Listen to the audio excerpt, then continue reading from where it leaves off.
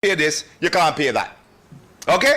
So in setting up a pension scheme and in dealing with a pension scheme, those issues, the replacement ratio and the annual inflationary increase, and with the new law, which meant the Senate is in charge of, it is very clear. It says so long as the pension scheme can afford it, you can increase your pension to the full extent of the CPI every year. In other words, the government is also, that's another benefit that I don't think people think about. Right? When they say they allow you to do that, that means no matter what it costs, they will allow you to pay it in tax-free. That's what they're saying. Right? Because they know that if you don't maintain the value, that is a problem. Another area of pensions which I like to talk about is when people, especially Jamaicans, they say, hey, I can invest my money better than everybody else. I don't need nobody to invest my money. Well, let me tell you, that's a Jamaican motto. All of us say it. But it's wrong. All right? It is very wrong. Because we do some terrible things to our own money. So it is wrong. It is wrong. Another thing, I prefer to take the money by real estate. I prefer to take the money by stocks. I don't have nothing wrong with that, but let me say something here. When an individual wants to buy real estate, he has to go and find a lot of outlay and seek a lot of real estate. No, I'm not saying individuals must buy real estate, and that's not the point I'm making. We're talking about people, we're talking about pension schemes. By the time he's saving enough money to buy real estate, he probably is dead. Right? The average man I'm talking about. Right? When you pool your money and invest in something like the ARS here, where many small savers pool their money, that is where Scotia can take that money and buy any real estate. And you benefit from proper management of the real estate, from proper valuations, from proper this, from proper that. And you don't have to have the expertise, because the expertise is in who you give the money to. And people, you have to talk to people and convince them sometimes. And the same thing goes for shares. A little man going to buy shares. He don't know nothing about shares. He go to the broker him look at him, because he only have 5,000. Right? And no, but it's true. But the same 5,000 pooled with another 1,000 people is how much money? It's millions. You put it to one investment manager, that investment manager can buy you all sorts of shares. You get the same benefit at a cheaper cost and all the expertise that goes along with it. When we talk about information and education, that's the kind of thing I'm talking about. It's not just pension. The whole structure of pension has to be brought into the milieu. Otherwise, you're missing some of the most important points. Because people get away with that, you know. If a man says, I'll take my money by real estate, and you'll say, okay, then he's gone. But if you point out to him that he could get the same benefit at a cheaper cost and more efficiently and better returns, he probably would say, wait, okay, that don't mean I won't buy my own real estate, but I can't start now. I don't have to wait till I save $500,000. You get the point? So when we talk about education and information, it is the entire spectrum we're talking about. Now, producing a good quality pension. What is a good quality pension? And that's the beam I was talking about. One, you look at your replacement ratio. How near is it to 75%? Because that's what the government says. Right? So if you're not 75, you're still not maximizing. Right? And the other one, is there enough money to provide me with annual pension increases, which is called indexation? And if you don't have that, you're still not doing a good job. And as I said before, people can say, but I have money outside. Fine, and I'm not against that. The point I make, though, it's better to maximize the money inside because it's more efficient. And then you start to look at the outside. Okay.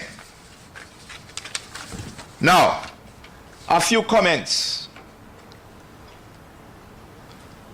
The group pension plan. What is happening, as I said? People are running from defined benefit to defined contribution, or from group to individual. I believe, though, that there's a very, very good middle ground if a company wants to have a defined contribution plan. And it is called a modified career average plan. It's a defined benefit plan.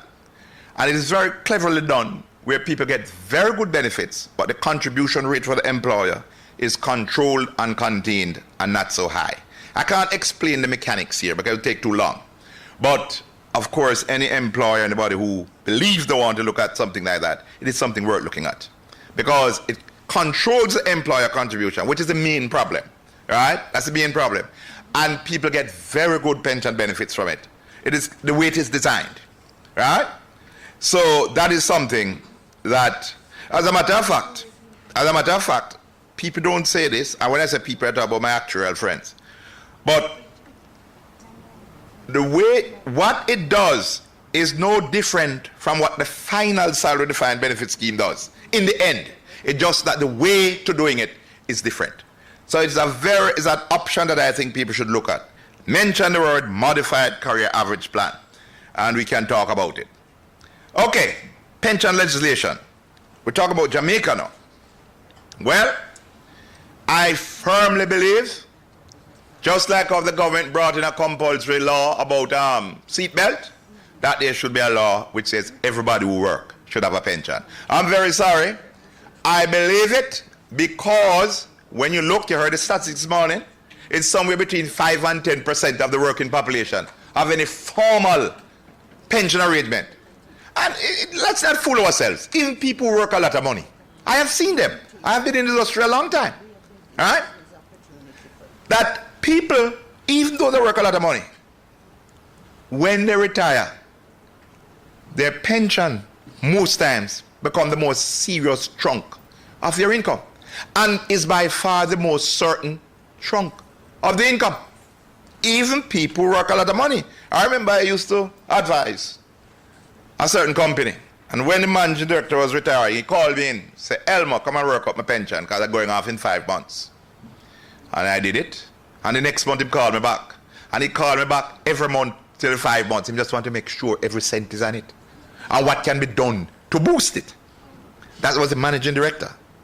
I remember another one. When I went one day to give them a little talk, he said, I want to talk to you privately. So I said, about what? He said, you notice that it's only 11 years service I have. I said, yeah, only 11. He said, but it's not 11. It's 40 odd. I said, but the rules, the records say 11. He said, oh, let me tell you what happened. We used to be a branch of the British company, but we grew so big that they said, no, boy, you have to become a wholly owned subsidiary.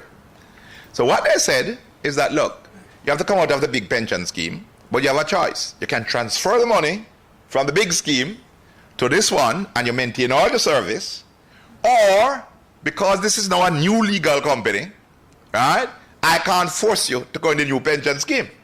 So you have a choice. So almost all of them who were there said, nah, give me the money, and use half the money. Now he and 4 other people spend the rest of another 30 years there. So it had affected 5 of them. And the 5 of them, he was the top man, and about the other 4 were very high in the company too. So I said, well, you know, it's your fault because you just joined 11 years ago. So he said, well, what can be done? I said, well, I can't tell you what can be done for you, but I can tell you how it can be done.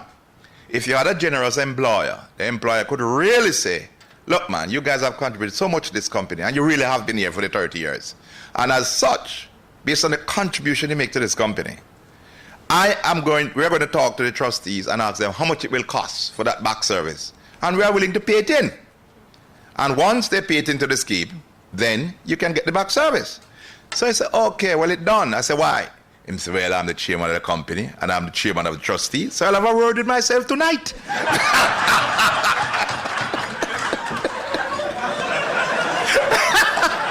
That's a very true story. It is a very true story. But remember, not all of us going to be chairman of the board and be chairman of the trustees. Right? So you have to be very careful. You have to be very careful. Right? So I genuinely believe there should be such a law. I believe in it. And a lot of us have read about the Chilean miracle, economic miracle. I'm going to spend 3 minutes to tell you what was the base, not the only thing, but the base of that miracle. Chile had what I would now call the Chilean NIS. In other words, they had a government scheme that provided little pensions for the population. There was no private sector pension scheme, none at all. They used to do exactly what we used to do with NIS money. We just